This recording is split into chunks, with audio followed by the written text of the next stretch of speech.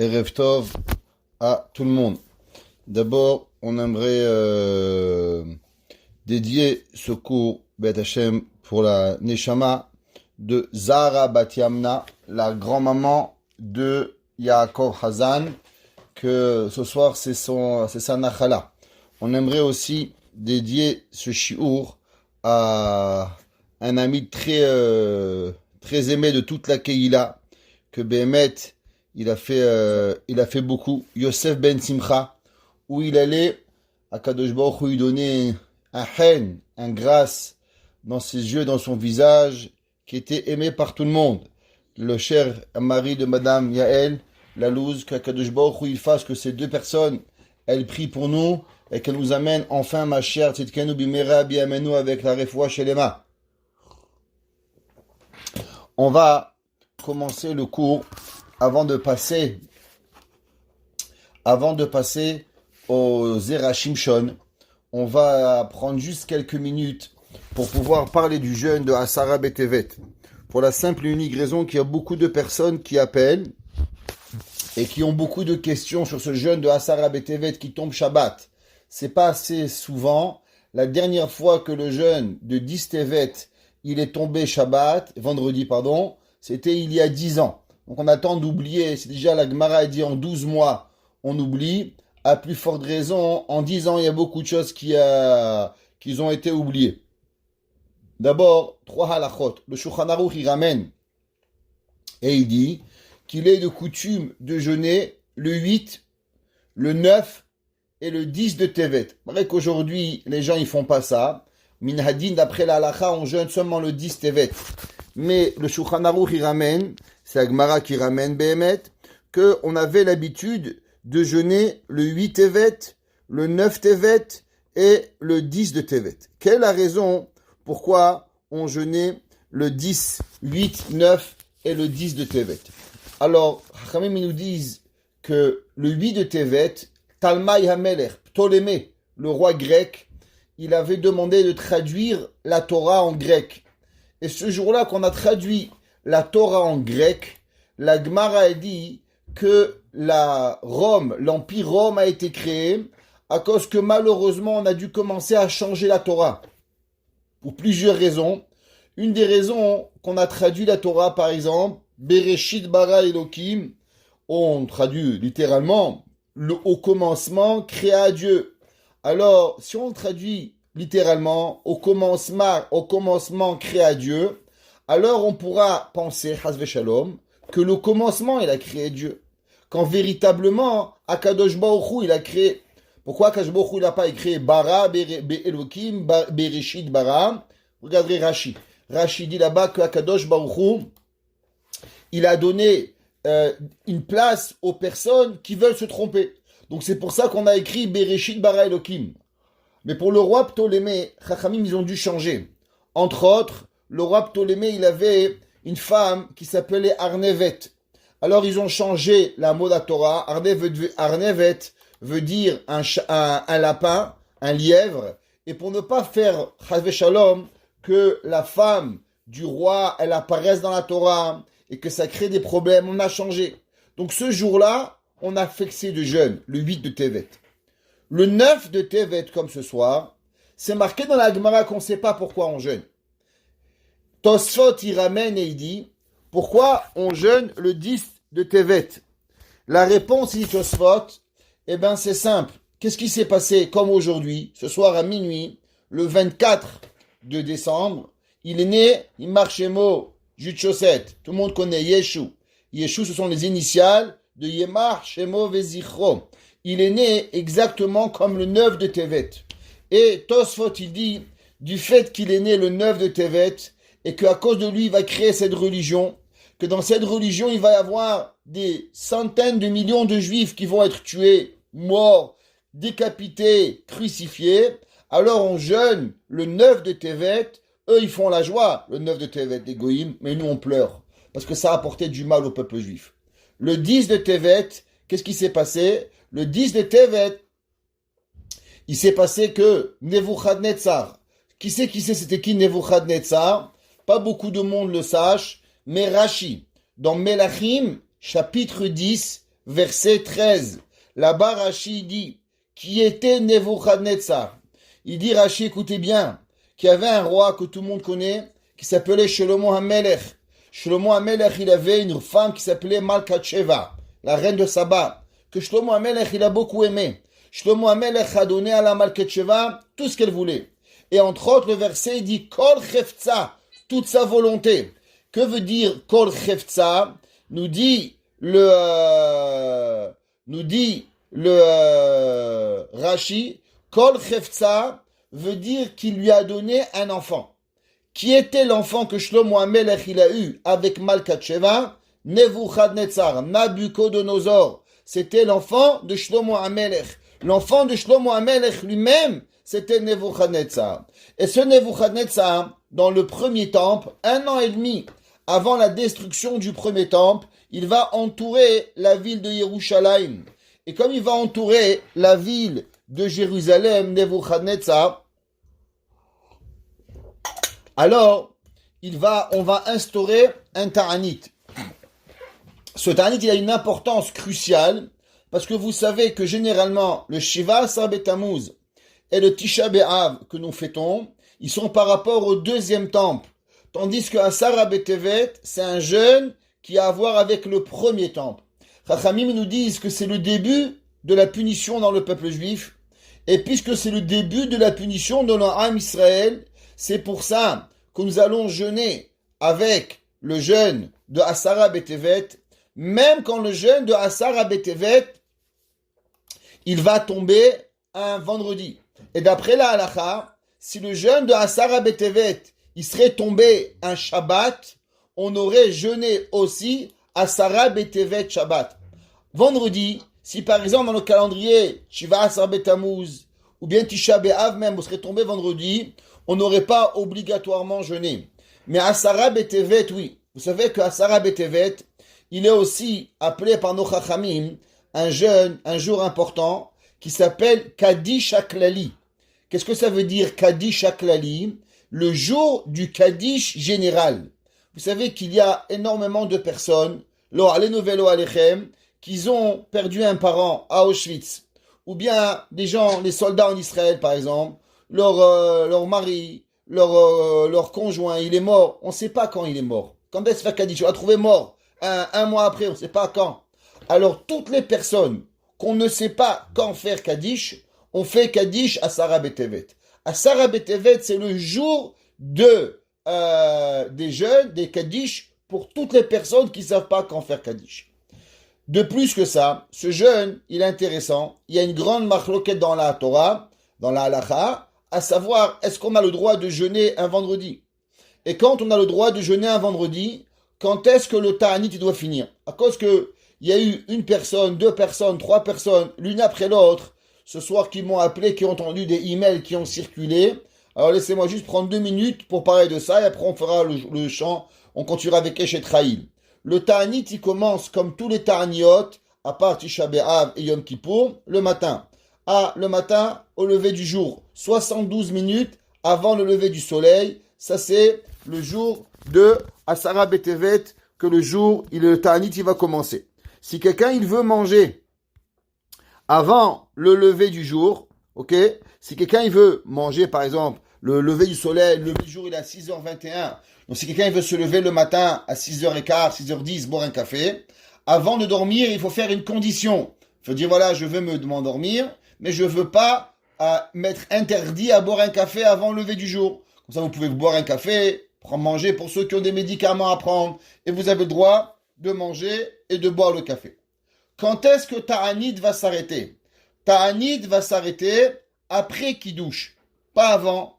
Malgré que j'ai vu des emails qui sortent de tous les côtés, que les personnes, il dit à 5 heures, il dit à 4 heures, il dit à 3 heures, chacun avec son avis. Il n'y a pas 50 avis, il y a une avis de la halakha, et la halakha, il est clair qu'on finira le tzom, le jeûne, avec le Kiddush.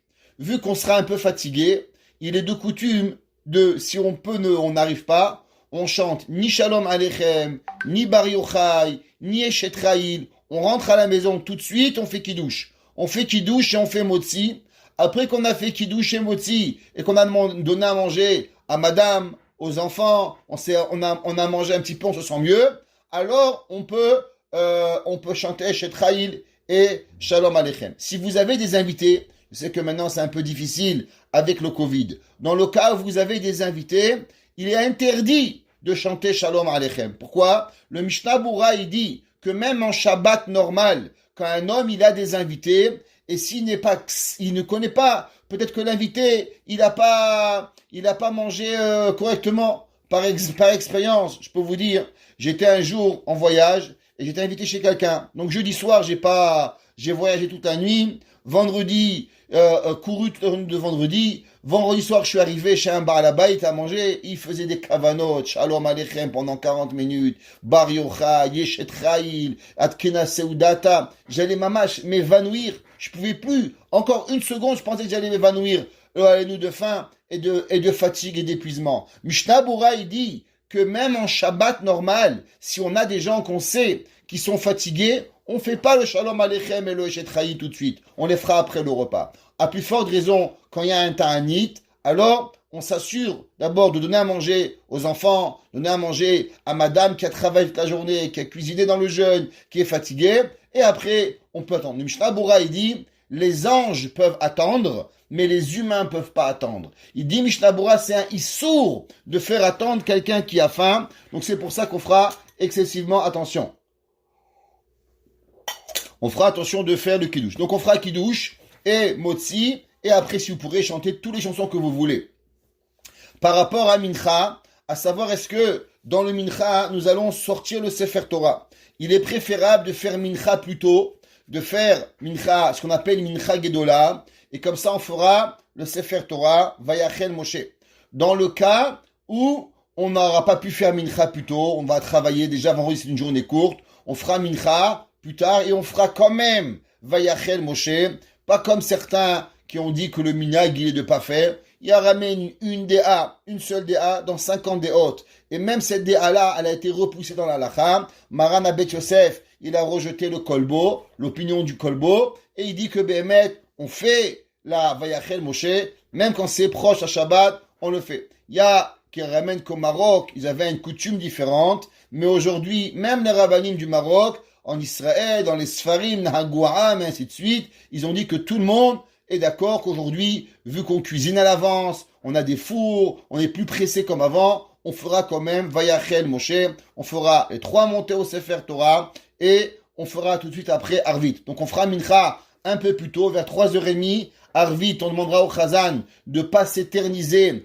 avec les grandes chansons de les Chadodi et ainsi de suite, parce que lui sûrement il a bien mangé. Alors lui, on s'assurera au Chazan de lui dire de raccourcir un petit peu. Baruch Hashem, on a des bons Chazanim, que Shabbat matin ils feront des belles chansons, mais vendredi soir, d'arriver à la maison exactement à l'heure pour pouvoir arriver à manger et ne pas être mitztaher, de ne pas jeûner et faire de la peine à toutes les personnes qui ont jeûné durant Asara Betevet.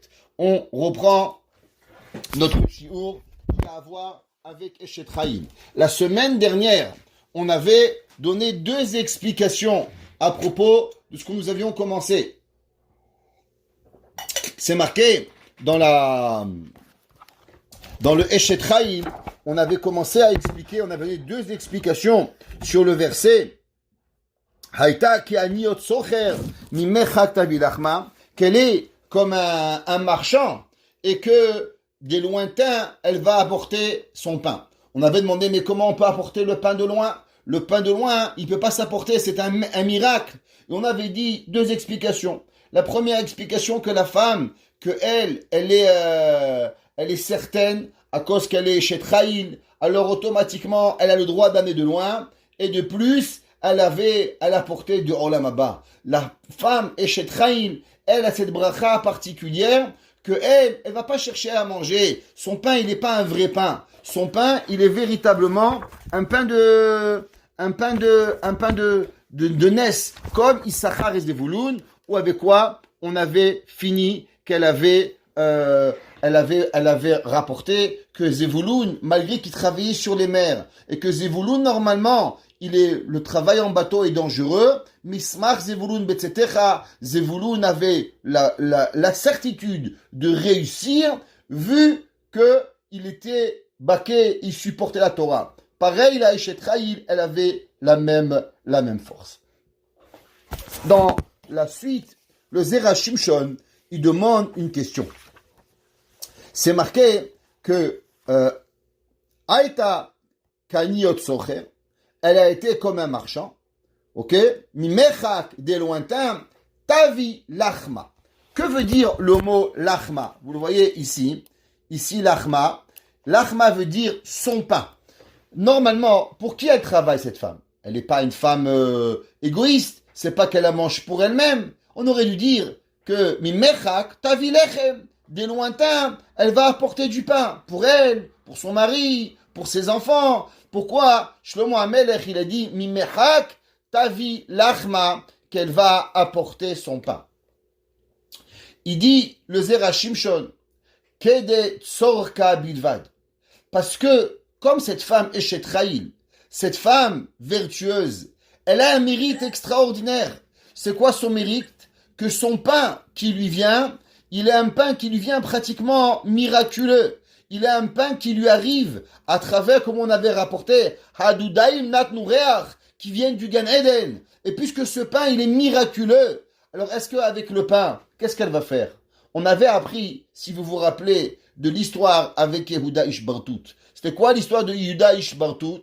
La Gemara nous avait raconté qu'il avait vu, il avait apporté, il avait donné tout l'argent aux pauvres, et quand il avait donné tout l'argent aux pauvres, il lui était resté seulement une pièce. Avec cette pièce, qu'est-ce qu'il a fait? Il a acheté un peu de blé. Et le blé, il s'est multiplié à un niveau que la maison elle a explosé de blé. Sa fille lui a dit, papa, regarde à combien Kadosh Baruch Hu t'aime.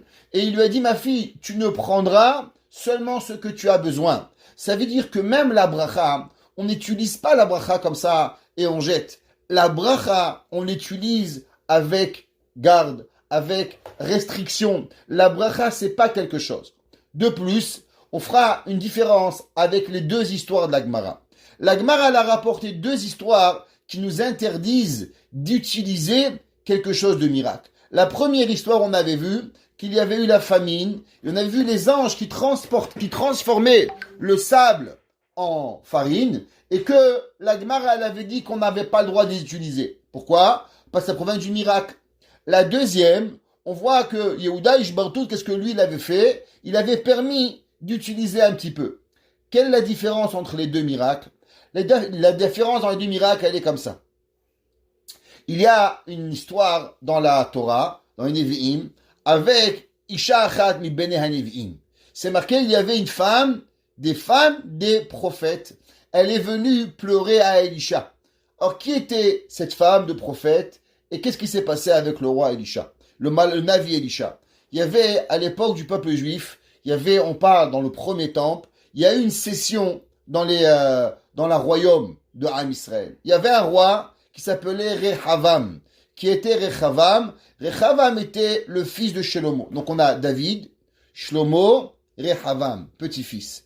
À l'époque du roi Rehavam, Dieu va scinder le judaïsme en deux, pratiquement. Il va avoir ce qu'on appelle Yehuda. Yehuda, ce sont les deux tribus, Yehuda et Binyamin. Et il va y avoir les 10 autres tribus qui vont s'appeler Shomron, Melech Israël, qui va régner en premier sur le roi de Israël. Il va s'appeler Yerovam ben Nevat, Jéroboam.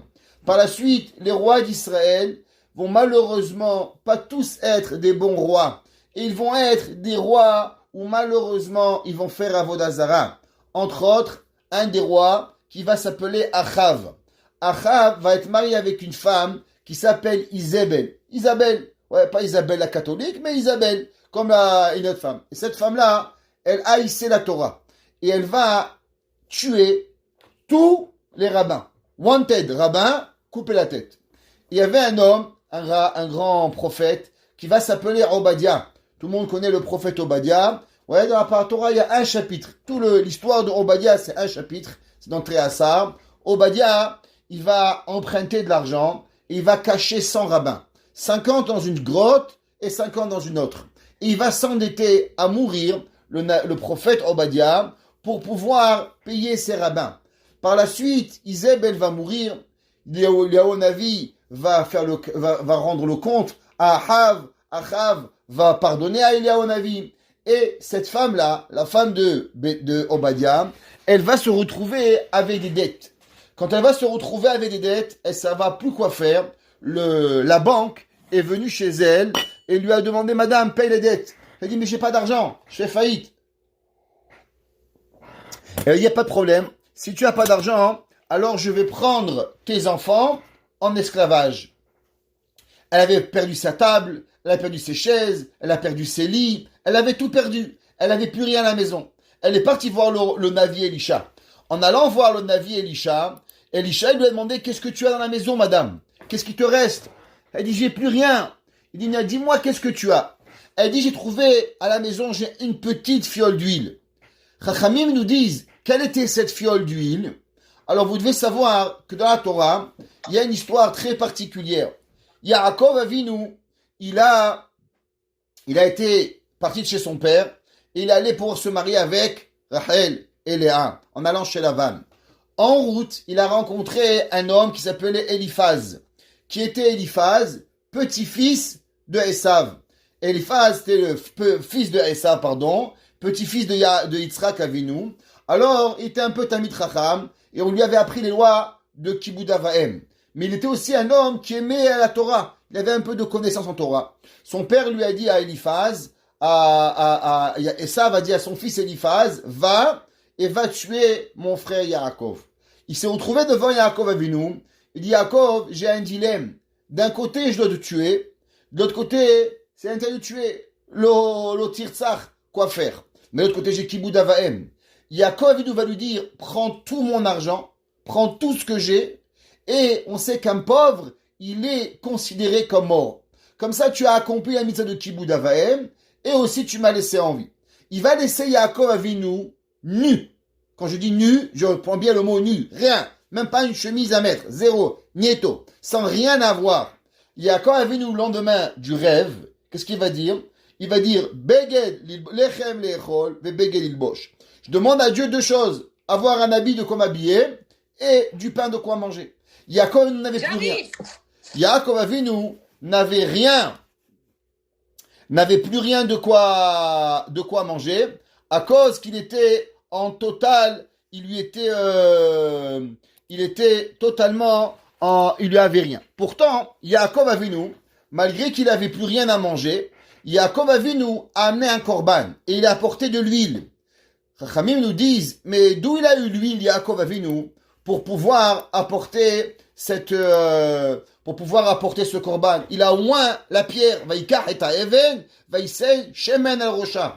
Chachamim nous disent que cette huile, elle a été donnée de Akadosh Baruch Hu à Yaakov Avinu. Cette huile magique de Yaakov va être donnée par la suite à qui? À Moshe Rabbeinu pour oindre Aaron. Cette huile particulière, elle va être donnée à Shemuel Hanavi pour oindre Shaoul HaMelech et pour oindre David HaMelech. Elle va être donnée par la suite à Obadiah. Obadiah va avoir cette huile. Cette huile est de quelques gouttes. Et cette huile-là, la femme de Obadiah, elle va dire à Elisha que voilà, j'ai rien à la maison, juste cette huile magique de mon mari. Elisha, Navi va lui dire, est-ce que tu as des casseroles? Elle dit, j'ai un petit peu. Il dit, va chez tes amis et va demander à tout le monde des bouteilles. Va ramasser toutes les bouteilles vides que tu vois et remplis la maison de bouteilles vides. Quand tu vas remplir la maison de bouteilles vides, tu vas prendre la petite fiole d'huile que tu avais et tu vas la renverser. Et l'huile va pas s'arrêter. Et tu vas remplir toutes les bouteilles d'huile. Et avec l'argent magique que tu as eu, que tu vas faire de l'huile, tu vas vendre toute cette huile-là et tu vas payer tes dettes.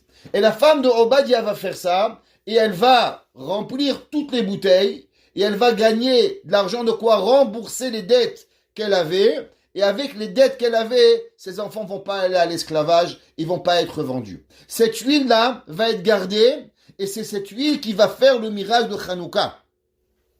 Qu'est-ce qu'on voit de cette histoire? On voit d'abord qu'un miracle, il doit exister de quelque chose d'existant. On ne peut pas faire un miracle. On voit dans la Gemara deux histoires.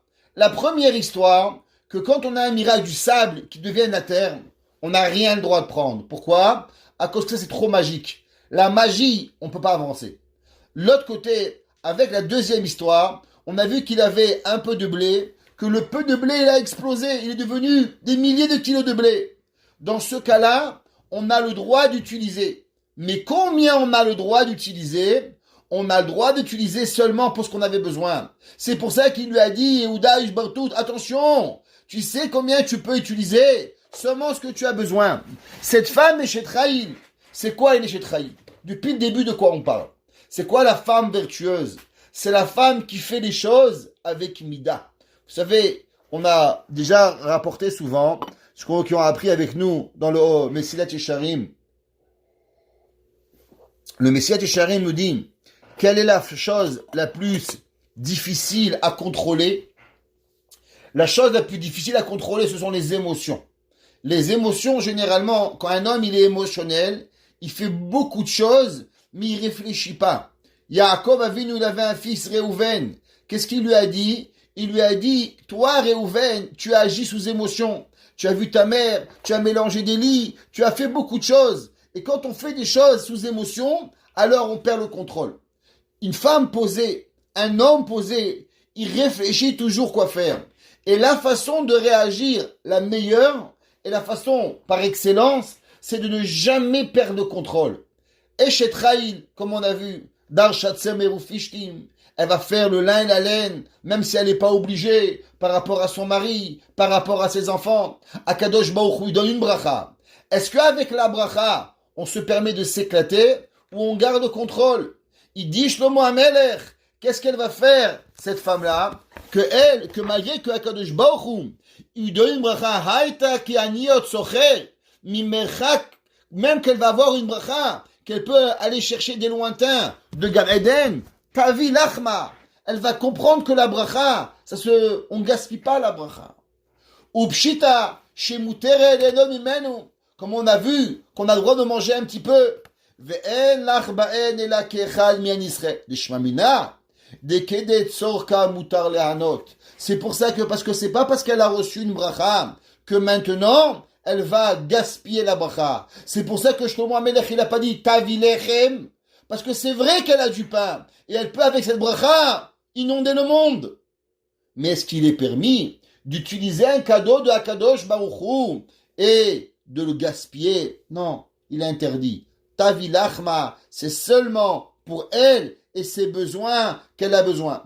Comme c'est marqué dans le verset, Noten lechem lechol basar, que Akadosh Baruch Hu, il donne à manger à tout le monde. Qu'est-ce que ça veut dire, ce verset? Noten lechem lechol basar. Qu'est-ce que le Zera Shimshon, il veut nous dire quand il nous dit ici, Noten lechem lechol basar.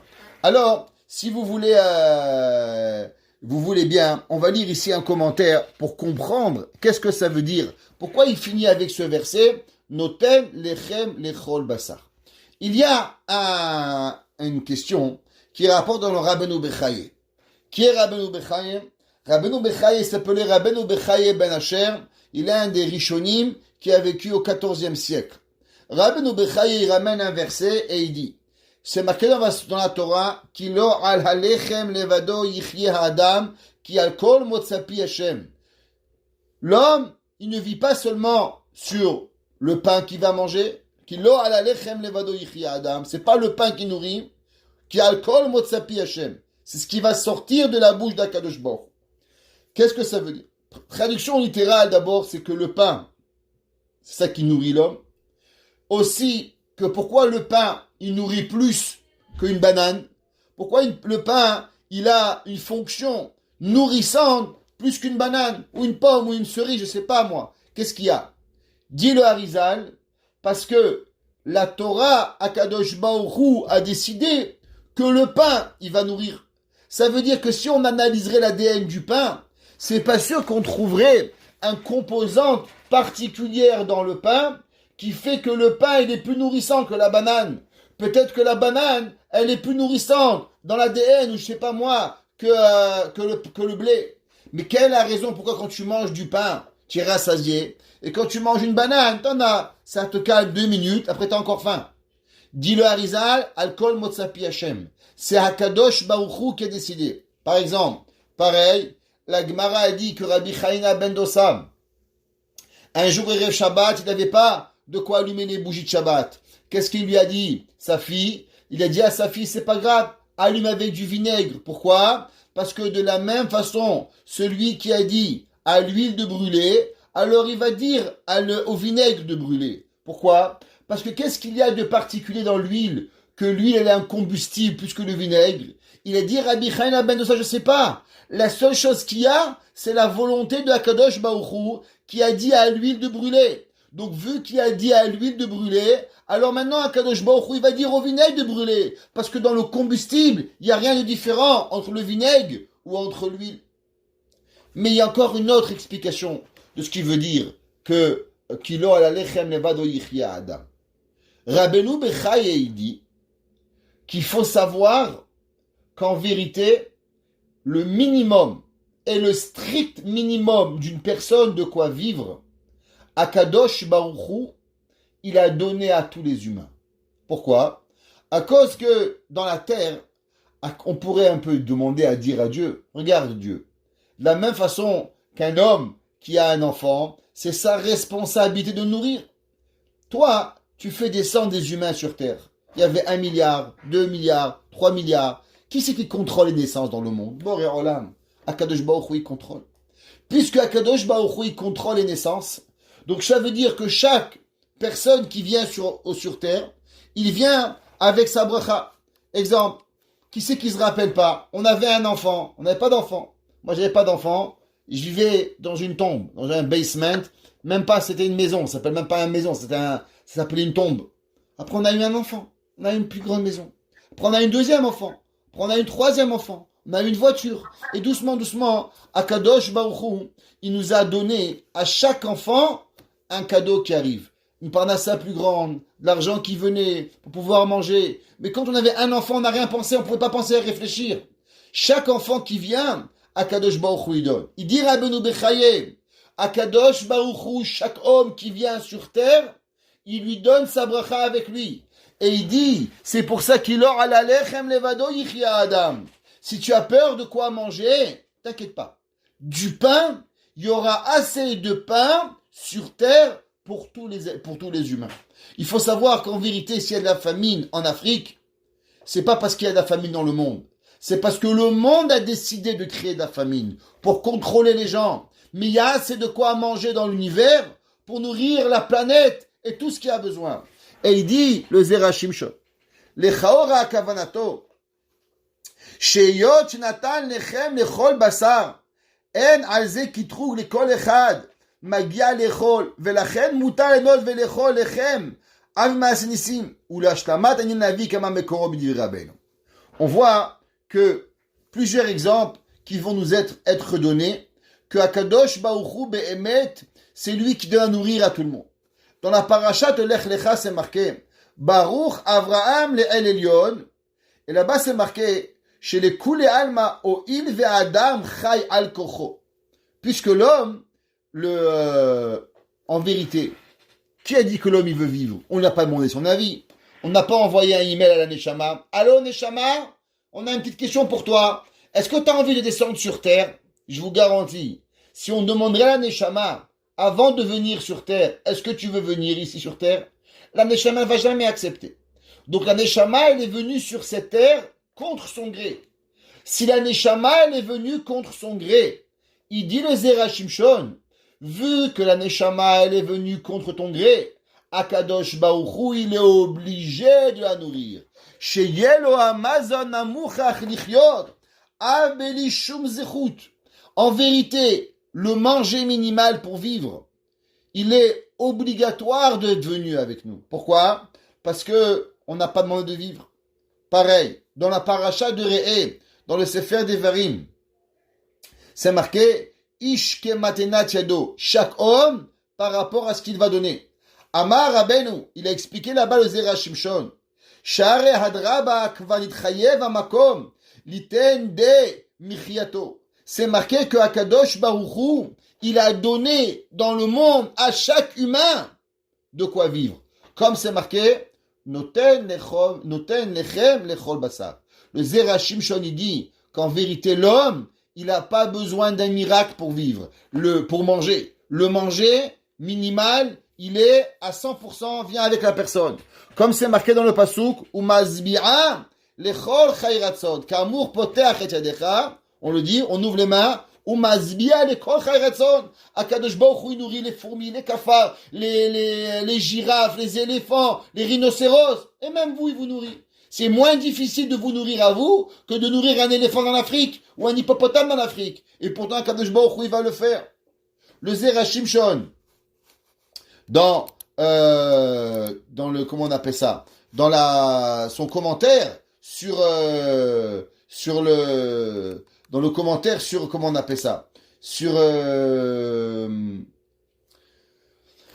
Pirkei Avot, il dit, Noten lechol basar, de mashma, ben osim retno shel makom, ben amrotim shel makom. Il demande le Zera Shimshon la question suivante.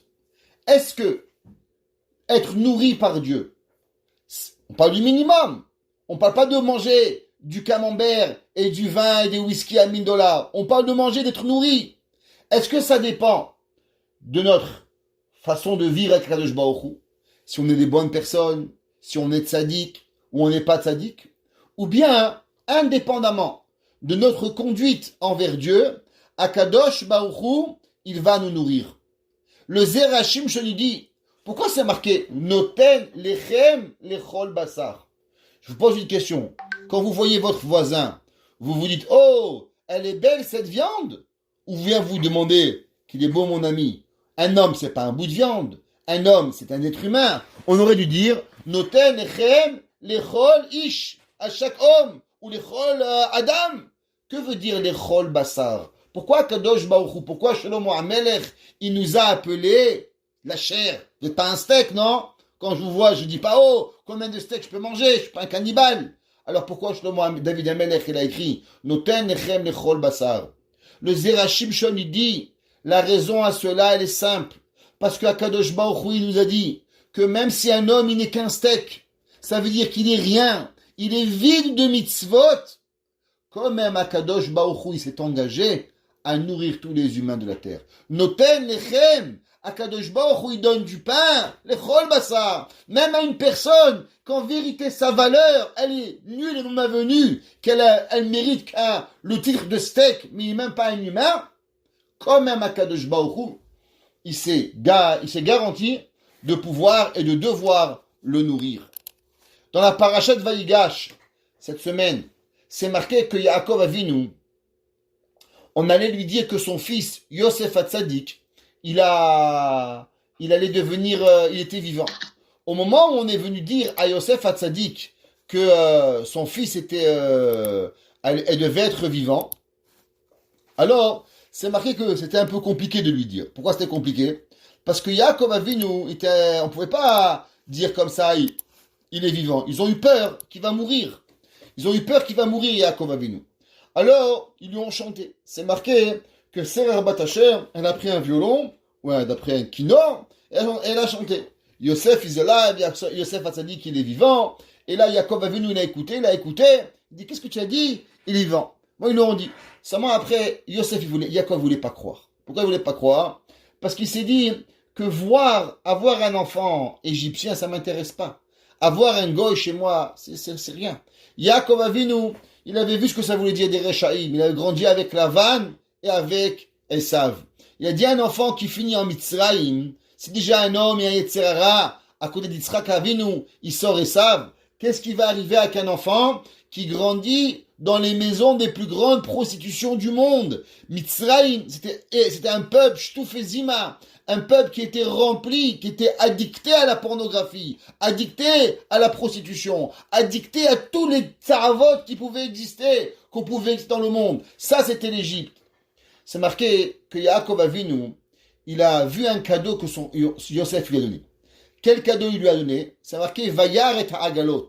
Et il a vu les génisses, Vatechi Ruach Yaakov Aviem. Et le souffle de Yaakov, il a repris. Rashi ramène on a Gemara dans Masechet Sota. Il dit, qu'est-ce que ça veut dire Vayar et Ha'agalot? Il a vu les génisses et il a revécu. Il dit, Rashi, qu'au moment où Yaakov Avinu et Yosef étaient, avant qu'ils partent, 22 ans auparavant, quand Yosef avait 17 ans, ils ont étudié une sugya. Ils ont étudié une halakha. Quelle est la halakha? La halakha de Egla Harufa. C'est quoi Egla Harufa? Il y a une halakha qui est comme ça. Qu'est-ce qui se passe s'il y a dans la ville un homme qui est mort et on ne sait pas comment on l'a tué, on ne sait pas qui l'a tué, on n'arrive pas à savoir qui a tué cette personne. Alors on amène les chachamim de la ville, ils viennent le bédine et ils prennent une génisse, ils lui tranchent la tête à travers la nuque, pas en shrita, mais on lui décapite la tête. Et quand on lui décapite la tête, on met nos mains sur lui et on dit Yadenu le shafru et adamazé. Nous n'avons pas fait couler ce sang. La Gemara a dit qu'est-ce que tu penses vraiment que c'est le rabbin, c'est Rav Ovadia Yosef qui a tué le gars? Qu'est-ce que tu penses? Pourquoi tu demandes que les rabbins ils ont pas tué? La Gemara a dit excusez-moi. La Gemara a dit que en vérité il y a une mitzvah pour protéger une personne de se faire tuer. Quelle est la mitzvah pour qu'une personne soit protégée de ne pas être tuée en chemin? C'est la mitzvah de l'Evaya. C'est quoi la mitzvah de l'Evaya? C'est que quand quelqu'un y part, c'est pas on dit allez bye bye. Non, on va jusqu'à la porte et on doit attendre que la personne elle quitte les yeux de là en voiture ou à pied, qu'on peut plus la voir. Et cette mitzvah là de l'Evaya, elle protège la personne pour pas qu'il lui arrive du mal, pour pas qu'il lui arrive quelque chose. Pourquoi les Tunisiens ils jettent de l'eau? Vous savez pourquoi ils jettent de l'eau? Parce qu'ils se rappelaient d'être au moins à la porte. Il y a des gens, tu pars, tu rentres, tu pars. Ils se rappellent même pas que tu es rentré chez eux. Mais skinim. Au moins, les Tunisiens ils ont dit on va jeter de l'eau. Comme ça au moins on est devant la porte, on va se rappeler. Quand le gars il va partir, au moins on est avec lui. Au moment où il va partir, on reste avec lui.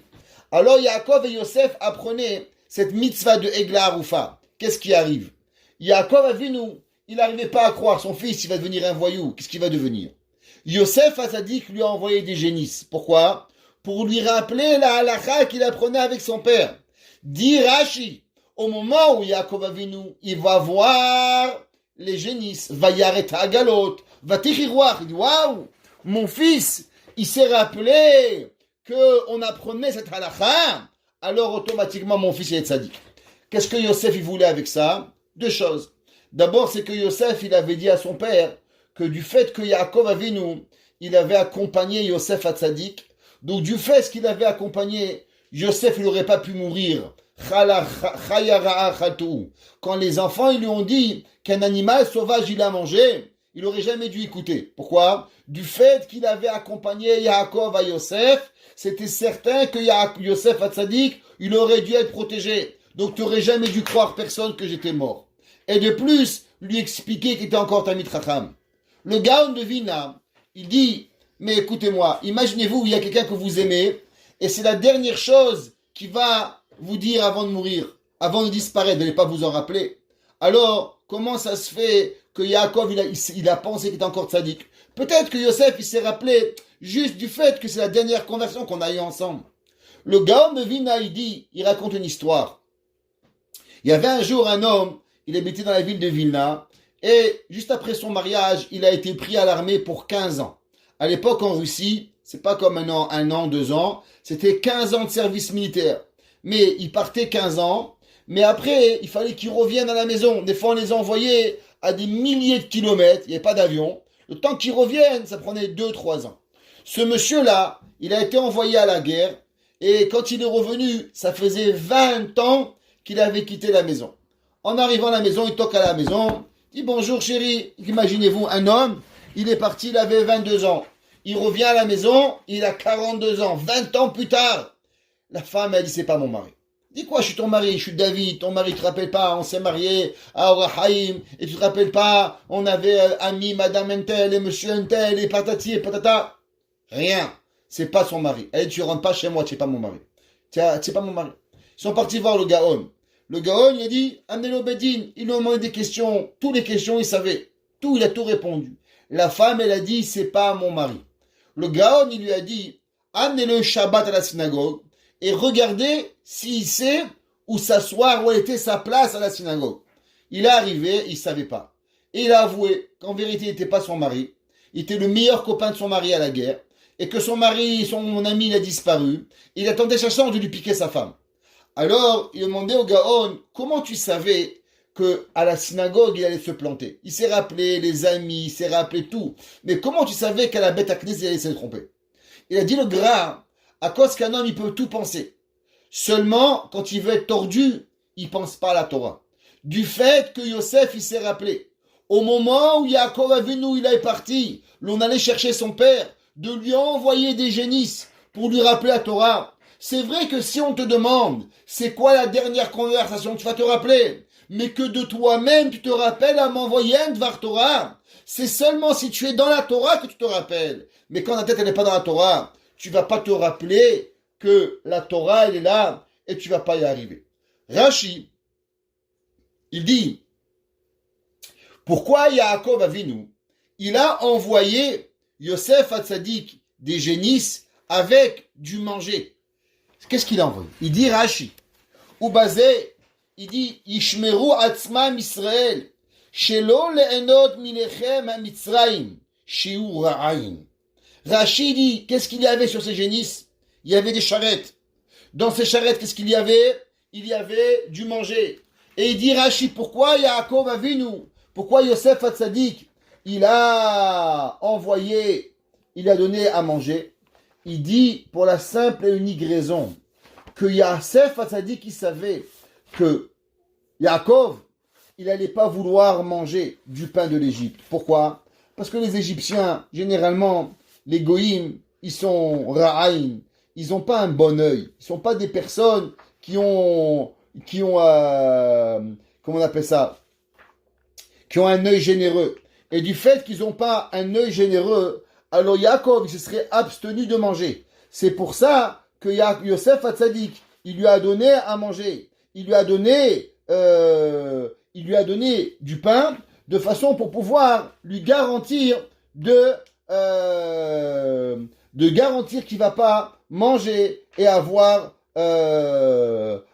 besoin du pain de l'Égypte. Comme ça que Rashi il ramène. Et c'est marqué Venatani lechem lechol.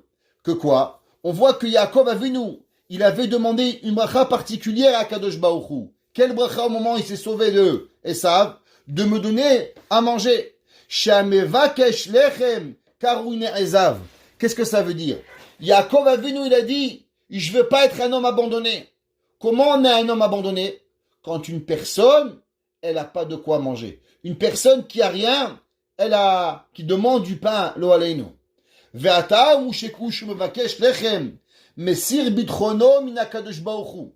Il dit le Zera Shimshon, que c'est par la page de cette semaine, qu'une personne qui demande du pain à manger, il enlève la émouna en Hachem.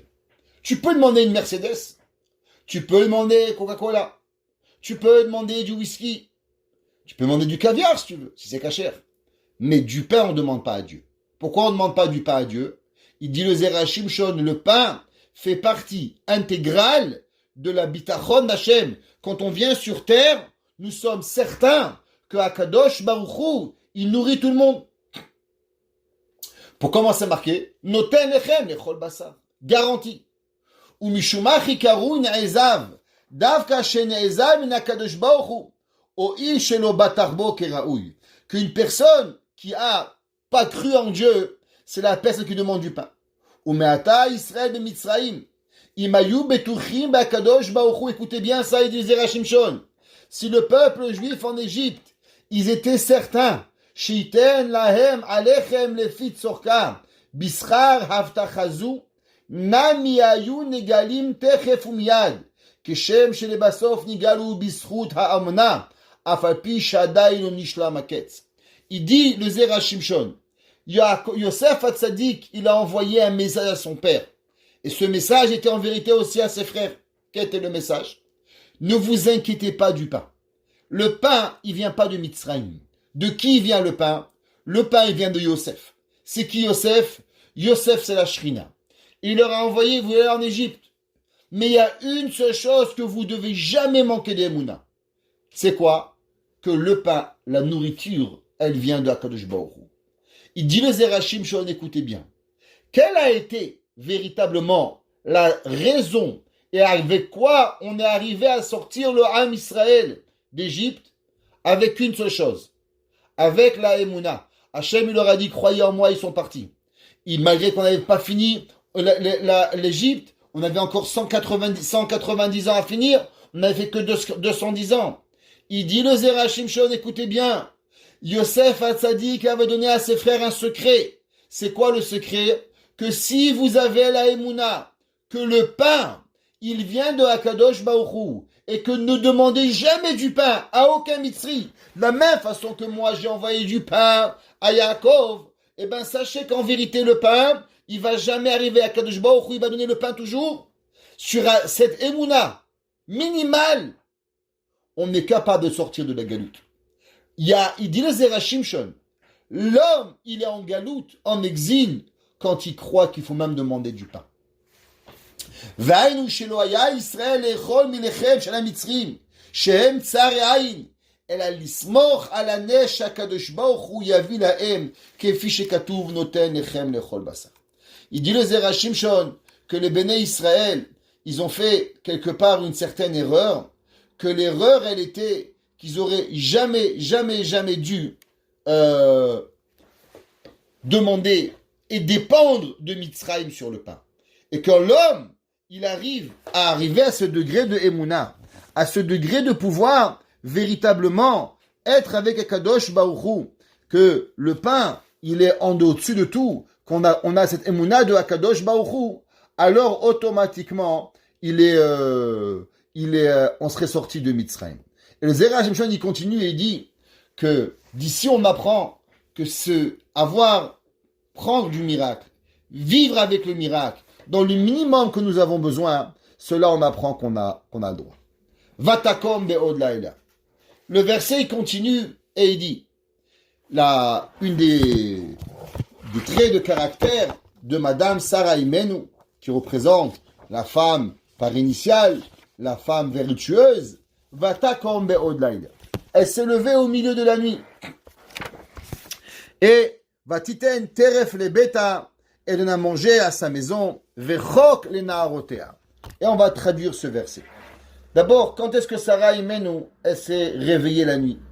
Première pshat, c'est marqué dans la Torah que Yaakov Avinu, il s'est levé tôt le matin, vayashkem Avraham baboker, vayachav oshet chamoro. Au moment où Avraham, il est parti faire la Akedat Yitzhak, alors Avraham Avinu, il s'est levé tôt le matin.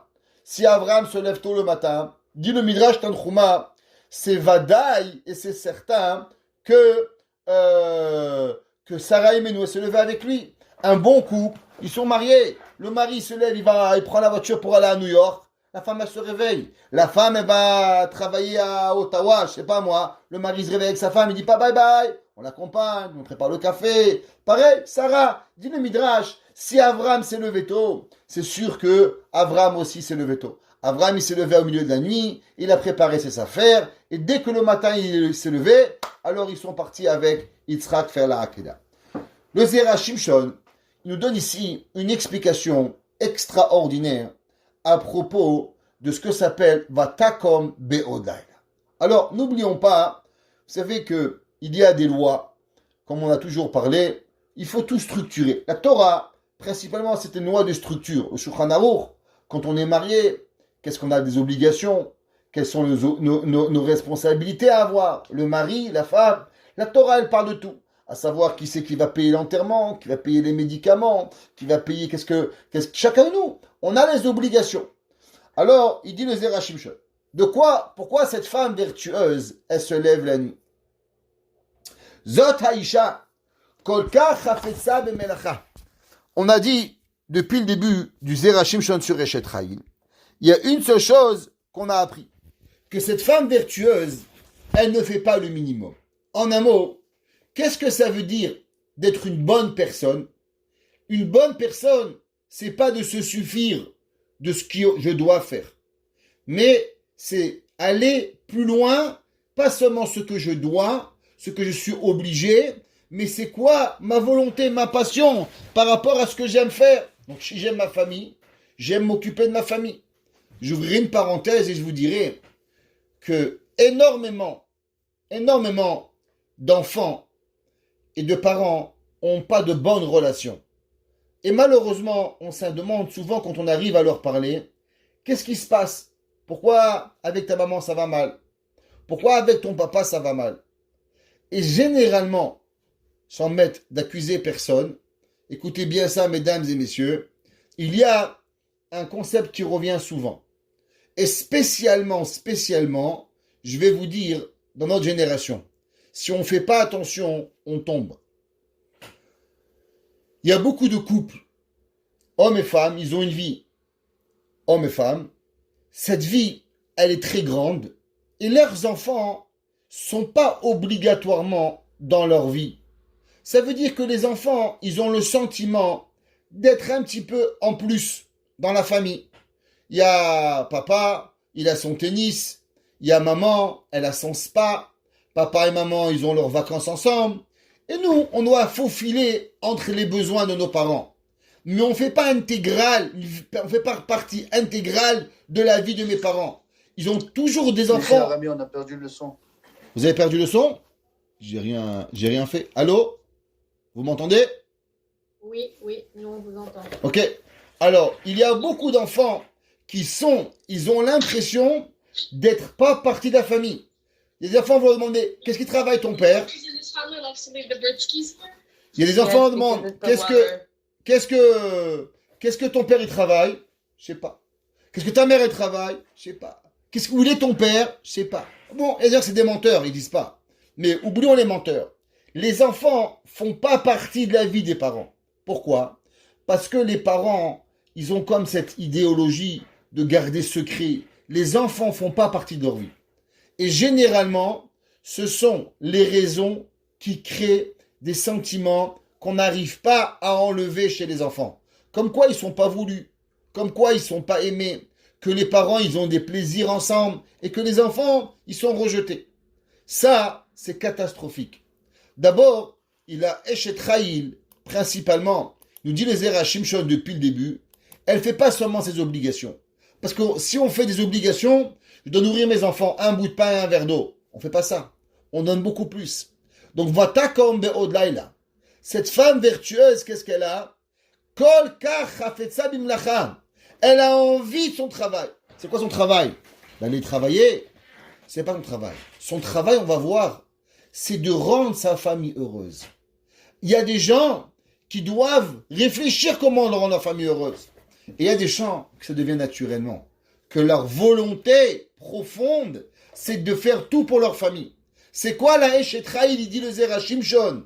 Kol kach hafetza bimlacha. Maintenant, à quel niveau?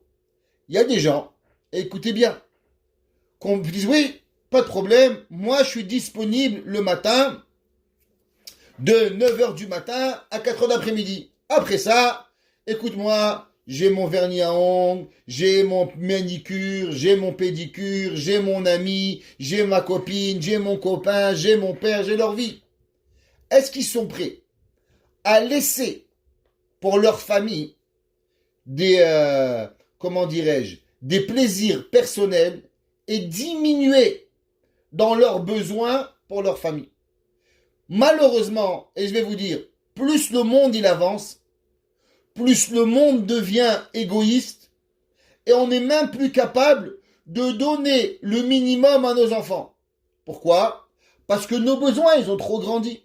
Alors, comme j'ai dit, j'ai le spa, j'ai le coiffeur, manicure, pédicure. Pour les hommes, il y a le tennis, il y a le golf, il y a les copains, il y a ci, il y a là. Et à la fin, bon, je te donne rendez-vous, mon fils, le mardi 32 du mois, entre 25h et 26h. En un mot, ça n'existe pas. Ok? Il n'a pas de temps pour son enfant. On n'arrive pas à diminuer nos besoins. Je parle même pas du luxe. Est-ce que je suis prêt à donner mon temps? Est-ce que je suis prêt à sortir de ma route pour mes enfants? Le Zera Shimshon, il dit, est-ce que vous savez ce que c'est un bon parent? Un bon parent par excellence, c'est que même le minimum, c'est pas que vous avez arrêté votre tennis, c'est pas que vous avez arrêté votre golf, c'est pas que vous n'êtes pas parti à la manicure ou à la pédicure, mais même le minimum qui est à vous, vous savez le donner avec volonté pour vos enfants. Et il dit, Shedoreket atzma. Elle va se forcer, elle va se fatiguer. Et que quoi? Ubishaa shebne adam yeshenim, imitoreret laasot melacha. Un jour, il y a quelqu'un, il m'a dit, Rav, vous savez, j'ai envie tellement telle maison, chaque fois que je rentre, dans telle maison c'est comme ci, dans telle maison c'est comme ça. Je lui ai dit, vous savez, en vérité, vous n'avez rien à envier. La seule chose que vous avez besoin de faire, c'est d'arrêter un peu de dormir. Il m'a dit, pourquoi vous me dites ça? Je lui ai dit, parce que dans cette famille, la maman, je la connais très bien. Tous les matins, elle se réveille à 5h30 du matin. Le petit déjeuner, le souper, il est prêt. Toute la journée, elle est organisée pour que quand les enfants ils se réveillent, il n'y a pas de cri. Le mari se lève tôt, la femme se lève tôt pour s'assurer d'une ambiance à la maison. Ça veut dire que être un parent, c'est quoi être un parent? Il y a des gens qui ont leur vie personnelle, leur vie de mariage et leur plaisir, et après il y a leurs enfants. Le Zera Shimshon, il dit que si on veut que nos enfants ils se lèvent le matin, si on veut que nos enfants ils arrivent dans une maison, qu'il n'y a pas d'angoisse, que les petits déjeuners ils sont prêts, que les lunchs ils sont préparés, la maison elle est rangée, un enfant il arrive à l'école, c'est pas frère, viens ici, Samuel, viens, dans des hurlements. Ça demande quelque chose. Qu'est-ce que ça demande? Ça demande la préparation et enlever de ses plaisirs en tant que père et en tant que mère pour pouvoir donner. Et comment ça se passe ça? Parce que quand les enfants sont réveillés, on n'arrive pas à faire grand-chose.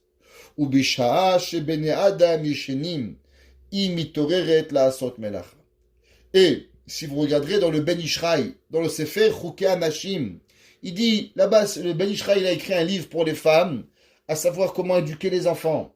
Et une des choses qu'il dit qu'on doit apprendre aux enfants, c'est pas beaucoup dormir. Aujourd'hui, le pauvre, il a dormi seulement 12 heures. Ça va, laisse dormir encore 2 heures, à minimum. Le Ben Ishraï dit que ça fait partie de l'éducation qu'on doit donner à nos enfants, de pas beaucoup dormir. Il dit pourquoi? Il dit parce que quand ils vont être parents, la vie, elle passe vite. Et si on veut donner à nos enfants, et que nos enfants arrivent à s'éduquer et éduquer leurs enfants, il faut savoir moins dormir.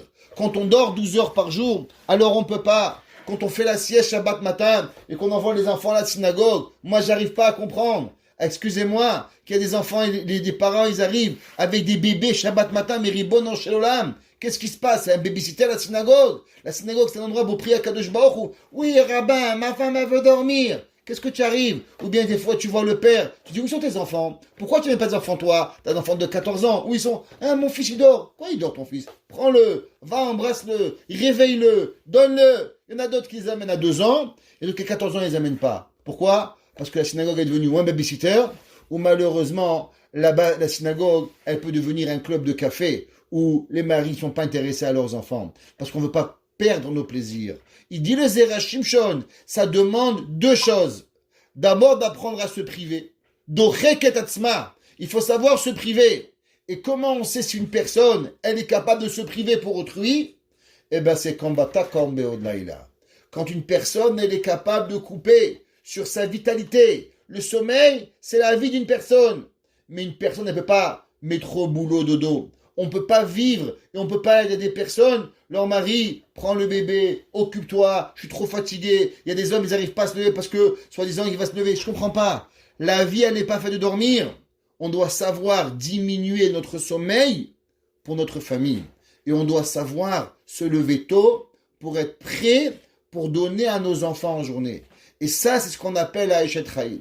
On va voir la semaine prochaine dans le Zera Shimshon, à savoir des ramifications ilchatiot, à savoir quand une personne se réveille au milieu de la nuit et qu'elle fait un travail, à comment partager ces frais qui vont arriver et à savoir qu'est-ce que la Eshet Chaim. On finira encore une fois, d'abord en souhaitant que Be'ezrat Hashem, nous finissons ce jeûne de Asara Betevet, tous ensemble à Yerushalayim, Bimera Beyamenu, que ce soit le dernier jeûne ou que nous ne nous jeûnons pas du tout, et que Be'ezrat Hashem, les 2 niftarim pour que le cours ait été donné, le mari de Yael Alouz et la grand-mère de Yaakov Azan, Tien Ishmatam Tserura Betsora Chaim, que Kadosh Baruch Hu il fasse, que nous tous ensemble, on se revoit en bonne santé, Be'ezrat Hashem, la semaine prochaine, même en Eretz Israël, Je vous invite tous au shiur de Zera Shimshon et qu'ensemble, on se retrouve tous en bonne santé. Bimera, biamenu. Amen.